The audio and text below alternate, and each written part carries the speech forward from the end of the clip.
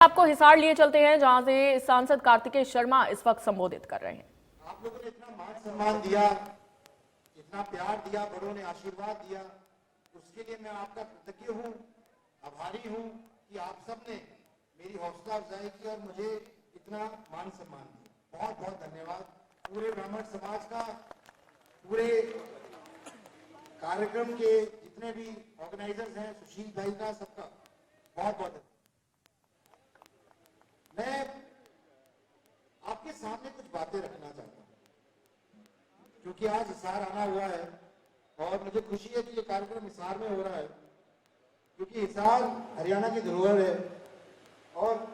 कहीं ना कहीं जितने भी बड़े उद्घोष होते हैं वो हिसार से उसका कोई ना कोई सरोकार रहता है। हिसार से मेरा एक नाता और भी है, जो हमारे बड़े रणबीर गंगवा जी जो डिप्टी स्पीकर हैं, आपके विधायक भी हैं, मुझे उनकी वोट भी मिली थी राज्यसभा के चुनाव के अंदर, तो उस नाते से आपका भी हक है मेरे पे, मेरी सांसदी पे भी। मैं बात रखना चाहता हूं कि किस तरीके से पंडित विनोद शर्मा जी ने अपने सार्वजनिक जीवन के अंदर हमेशा समाज के लोगों के, पिछड़े वर्ग के को मान देते हुए, समझते हुए उनका अपनी नीतियां तय की और अपना राजनीतिक सफर तय किया। मैं सिर्फ इतना ही भी नहीं, जब मैं सार्वजनिक जीवन में, राजनीति में आया तो मुझे कई सी बातें पता लगी। सबसे पहले तो मैंने इस बात का संकल्प लिया कि मैं पूरे हरियाणा में घूमूंगा, लोगों से मिलूंगा, समाज में घूमूंगा, बात करूंगा, समझूंगा कि क्या दिक्कतें हैं, समस्याएं हैं। और जब मैं लोगों के बीच में गया तो मुझे ऐसा व्यतीत हुआ कि खासकर ब्राह्मण समाज में नाराजगी है, कुछ विषयों को लेकर नाराजगी। ऐसा भी था कि कई जगहों पर जो बातें ब्राह्मण समाज रख रहा था या रखना चाहता था, वो सही जगह तक नहीं पहुंच पाती। तो एक तरफ तो प्रदेश में जब मैं लोगों के बीच में घूमा तो मुझे यह एहसास हुआ कि लोगों की मंशा क्या है, और दूसरी तरफ जब मैंने माननीय मुख्यमंत्री जी के साथ काम करना शुरू किया तो मैं उनकी सोच से भी वाकिफ हुआ, मेरे को उनकी सोच जानने का मौका मिला। तो पता चला कि माननीय मुख्यमंत्री जी तो सबको साथ लेके चलना चाहते हैं, वे सबका सब हरियाणा एक, हरियाणवी के मंत्र में चल रहे हैं, तो वो किसी के भेदभाव के बिना सबको साथ लेके चलना चाहते हैं। तो कमी कहाँ रह गई, मैं ये सोचने में मजबूर हूं। तो पता लगा कि कमी यह रह गई कि जो हमारे समाज के प्रबुद्ध लोग थे, जो राजनेता थे, जिनका दायित्व बनता था कि वो हमारे समाज की बात रखें, सही पटल पे रखें, सही जगह तक पहुंचाए, तो कहीं ना कहीं उसमें कमी रह गई। इसी कारणवश पिछले साल मैंने आप सबके भाइयों से, बड़ों के आशीर्वाद से ब्राह्मण महाकुंभ का आयोजन किया करनाल में, एक ही औचित्य से कि जो भी समाज की प्रबुद्ध मांगे हैं, जो भी समाज की प्रमुख डिमांड्स हैं, उनको हम सही पटल पे, सही जगह पर, सही व्यक्ति के सामने रख सकें। और ऐसा आप सबके सहयोग से, जितने भी यहाँ पर हरियाणा के हर जिले से आए ब्राह्मण समाज के मेरे बड़े बुजुर्ग भाई, सबने सहयोग दिया। आपने मेरे परिवार को, पंडित विनोद शर्मा जी को, और मैंने जब भी आपसे कोई अनुरोध किया, आपने हमेशा, मैं धन्यवाद करना चाहता हूं आज, आपने हमेशा बढ़ चढ़ के उसका साथ दिया है, और आप सबने इस कार्यक्रम में को सक्सेसफुल करने के लिए आप सबने भी साथ दिया।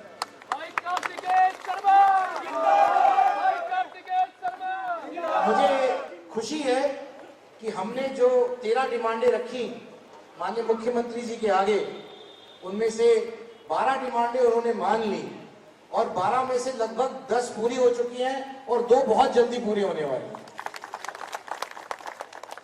ये माननीय मुख्यमंत्री जी का भी मैं आज पुणे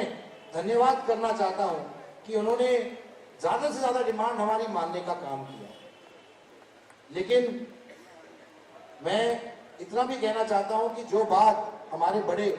हरिराम दीक्षित जी ने अभी से पहले, मुझसे पहले मंच पे बोली,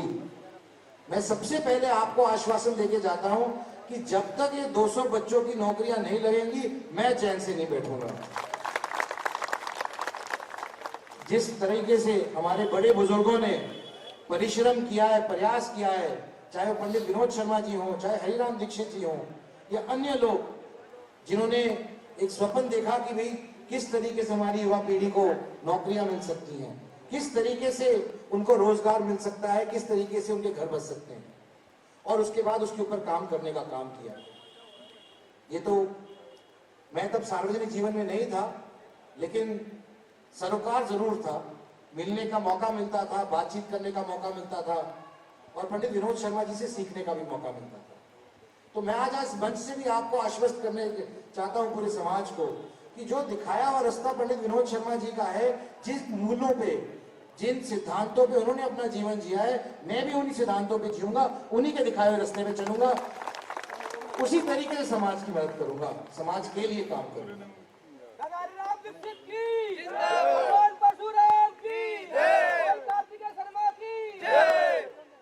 मैं उल्लेख करना चाहता हूं इस बात का, जैसे पंडित जी ने बताया, दीक्षित जी ने बताया कि किस तरीके से कई सालों से प्रयासरत थे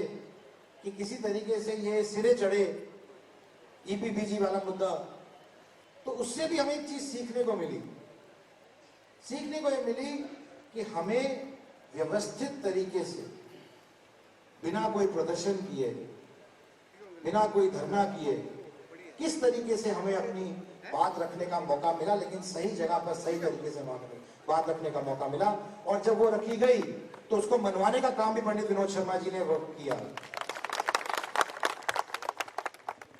चाहे वो ईपीबीजी की बात करें, चाहे वो धोलीदारों की जमीन की बात करें और धोली के हक की बात करें, या फिर अभी जो हाल ही में फरावर की जमीन का जो मुद्दा था, जो कि एक बहुत ही देर से लंबा चला जा रहा मुद्दा था, उसकी बात करें। मैं आपके सामने साझा करना चाहता हूं, ये बात आपके सामने रखना चाहता हूं कि जब ये बात विनोद शर्मा जी के सामने आई और जयपाल शर्मा जी ने ये बात रखी कि जी सरकार का धन्यवाद, माननीय मुख्यमंत्री जी का धन्यवाद कि उन्होंने लीज के पुराने पैसे भी माफ कर दिए और सिरे से नई लीज भी दे दी जमीन की। लेकिन विषय ये है कि जिस तरीके से लीज पहले खराब हुई थी वैसे दोबारा ना खराब हो जाए। तो विनोद शर्मा जी ने कहा कि एक ऐसी व्यवस्था बनाइए जिसके अंदर आने वाले 33 साल में ये व्यवस्था कभी भी खराब ना हो सके, और उसी के तहत ये 50 लाख रुपए की एफडी कराने का काम किया, ताकि हर साल जो लीज के पैसे हैं वो संस्थान को मिल सके और कभी भी संस्थान को इधर उधर झांकना ना पड़े। मैं उसी क्रम की संख्या के अंदर आगे बढ़ते हुए आप लोगों से भी निवेदन करना चाहता हूं कि हमें ब्राह्मण समाज ने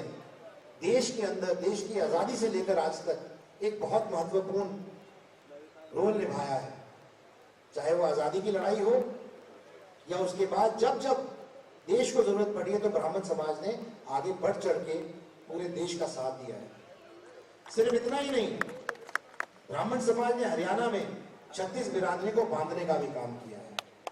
सबको साथ लेके चलने का भी काम किया है। तो मैं आपसे निवेदन करना चाहता हूं कि जिस तरीके से जो अलग हमारे बड़ों बुजुर्गों ने जगाई है,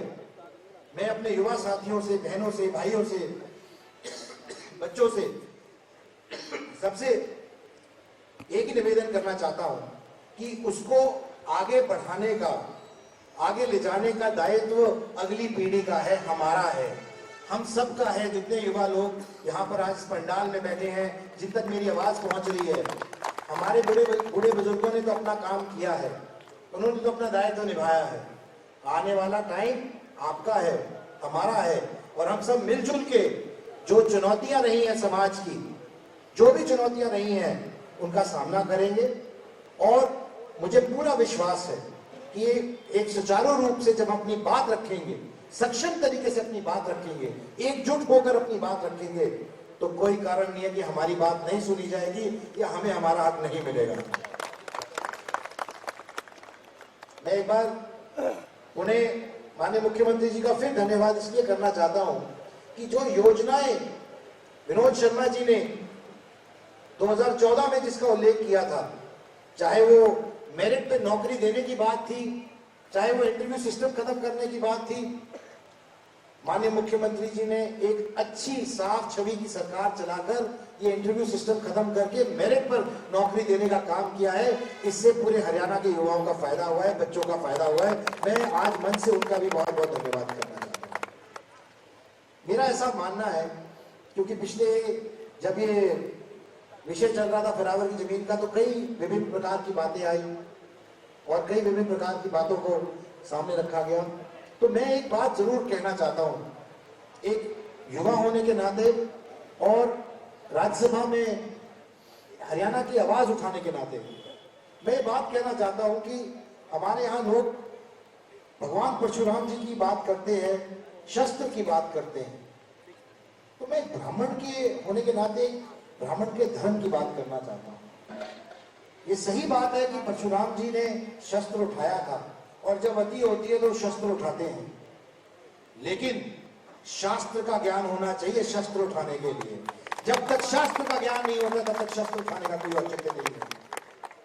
तो मैं अपने युवा साथियों से भी यही कहना चाहता हूं कि जो शास्त्र के ज्ञान से जो धारा है उसको कम ना आंकिए, शास्त्र ज्ञान की धारा को कम मत समझिए, क्योंकि जो शास्त्र में लिखा है वही साइंस आज दोबारा पहचानने की कोशिश कर रहा है, हजारों साल बाद। मुझे पिछले महीने अयोध्या जाने का मौका मिला, और जिस दिन भगवान राम की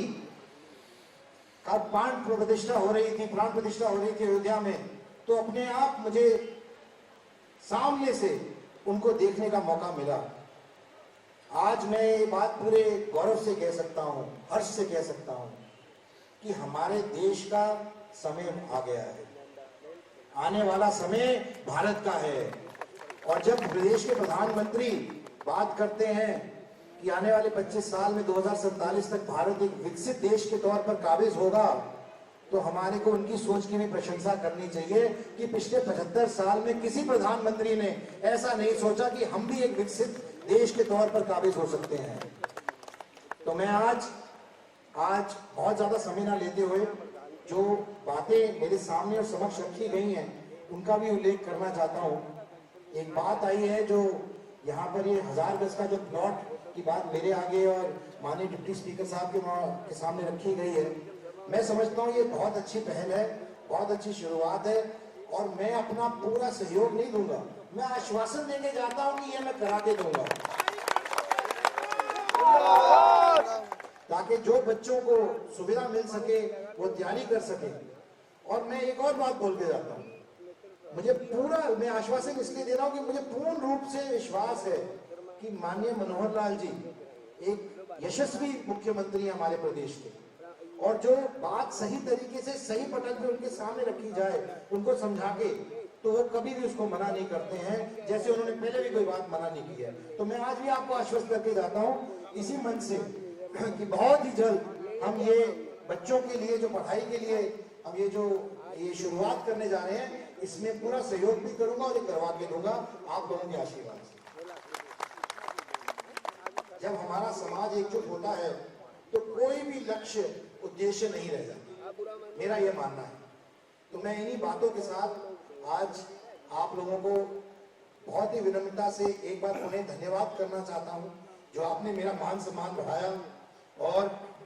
आप लोगों ने हौसला अफजाई की, जो आपने विश्वास प्रकट किया है, मैं आपके विश्वास को आगे लेके जाऊंगा। और मैंने एक प्रथा की शुरुआत की थी राज्यसभा में, जब मैं राष्ट्रपति के अभिभाषण पे बोल रहा था, तो कुछ लोगों ने कहा कि राष्ट्रपति के अभिभाषण में राम का वर्णन क्यों हुआ है, भगवान राम का वर्णन क्यों किया गया। तो मैंने उनको ये बात कही थी, मैं हरियाणा से आता हूँ और हरियाणा के अंदर हमारे यहाँ ऐसी रीति है, रिवाज है कि जब आप किसी को मिलते हैं, किसी का अभिवादन करते हैं, तो राम राम कह के उनका अभिवादन करते हैं, उनका स्वागत करते हैं। और अगर किसी से नाराज होते हैं तो उसको भी कहते हैं भाई तेरे को मेरी राम राम है। तो मैं उनको भी मैंने यही कहा था संसद में, भैया आप लोगों को भी राम राम है। बड़ी खबर आपको बता रहे हैं, जहां पर हिसार से बड़ी खबर है। अभिनंदन और स्वागत समारोह हुआ तो कार्यक्रम में सांसद कार्तिकेय शर्मा को सम्मानित किया गया और इस दौरान सांसद कार्तिकेय शर्मा ने संबोधित भी किया। तो कार्यक्रम को कार्तिकेय शर्मा ने संबोधित किया, तमाम बयान उनकी ओर से सामने आए और उन्होंने कहा सीएम सबको साथ लेके चलते हैं। तो सीएम ने हरियाणा एक हरियाणवी एक का नारा दिया है। ये बयान सांसद कार्तिकेय शर्मा की ओर से हिसार में संबोधन से सामने आए हैं और ये बड़ी खबर आपको बता रहे हैं। हिसार से अभिनंदन और स्वागत समारोह हुआ। कार्यक्रम में सांसद कार्तिकेय शर्मा को सम्मानित किया गया।